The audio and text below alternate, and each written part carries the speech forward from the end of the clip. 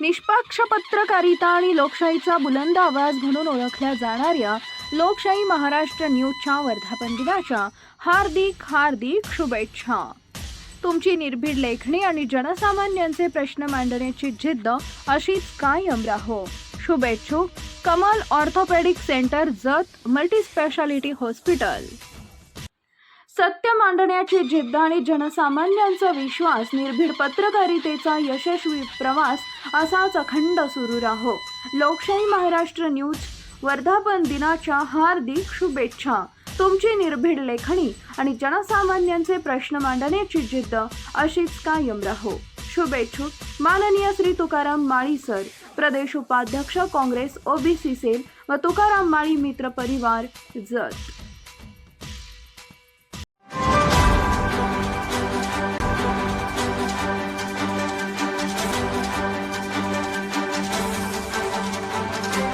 आपण पाहत आहात लोकशाही महाराष्ट्र न्यूज। आमदार रोहित पाटील यांनी अधिकाऱ्यांना धारेवर धरले। कवठे महाकाळमध्ये गॅस आणि रेशनचा सावळा गोंधळे। आमदार रोहित पाटलांचा अधिकाऱ्यांना हक्कभंगाचा इशारा। कवठे महाकाळला पुरवठा विभागाच्या झाडझडतीनंतर आमदार रोहितदादा पाटील आक्रमक झालेत। कवठे महाकाळ तालुक्यातील नागरिकांच्या तक्रारींचा उद्रेक झालाय।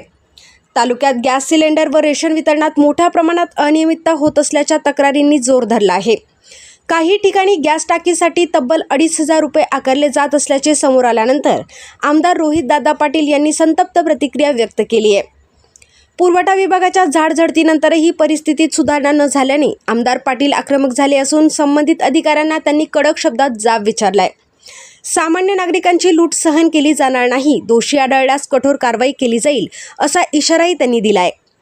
तालुक्यातील अनेक नागरिकांनी गॅस व रेशन मिळण्याबाबत होणाऱ्या अडचणी तक्रारी नोंदवल्या आहेत। काही ठिकाणी काळा बाजार तर काही ठिकाणी वितरणात विलंब होत असल्याचेही समोर आले आहे।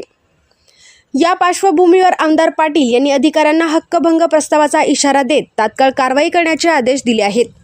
नागरिकांना योग्य दरात आणि वेळेत गॅस व रेशन उपलब्ध करून देणे ही प्रशासनाची जबाबदारी असल्याचे त्यांनी ठामपणे सांगितले।